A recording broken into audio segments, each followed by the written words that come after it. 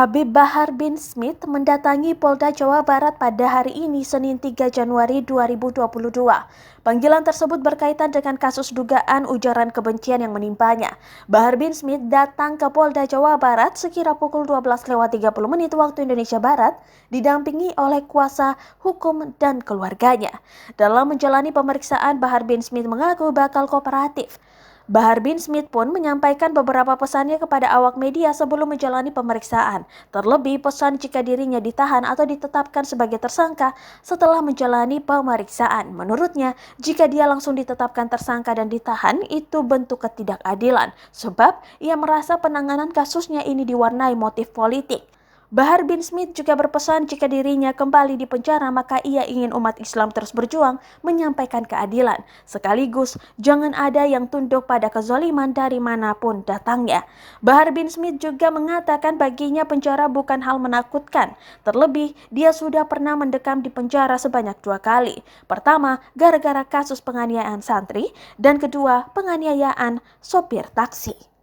Berdasarkan fakta hasil penyidikan yang dilanjutkan dengan pemeriksaan hari ini dan gelar perkara yang dilaksanakan hari ini, penyidik setidak-tidaknya telah mendapatkan 2 alat bukti yang sah sesuai dengan pasal 184 KUHP serta didukung dengan barang bukti yang dapat dijadikan dasar untuk menetapkan seseorang menjadi tersangka.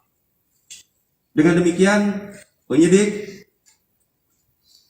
telah dapat meningkatkan status hukum saudara BS dan saudara TR menjadi tersangka.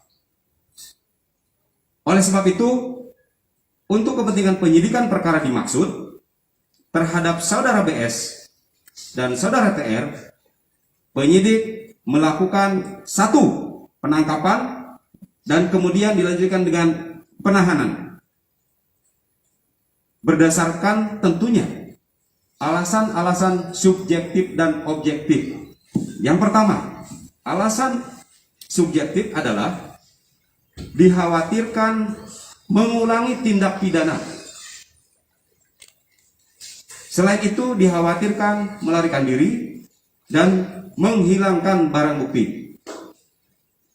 Alasan objektif bahwa ancaman hukuman terhadap pasal-pasal yang dipersangkakan kepada kedua tersangka di atas 5 tahun penjara. Demikian yang bisa kami sampaikan. Sekali lagi terima kasih dan Assalamualaikum warahmatullahi wabarakatuh. Demikian update yang kita berikan untuk perkembangan proses penyidikan saudara B dan saudara TR. Untuk itu, press release kita akhiri. Terima kasih. Assalamualaikum warahmatullahi wabarakatuh. Waalaikumsalam.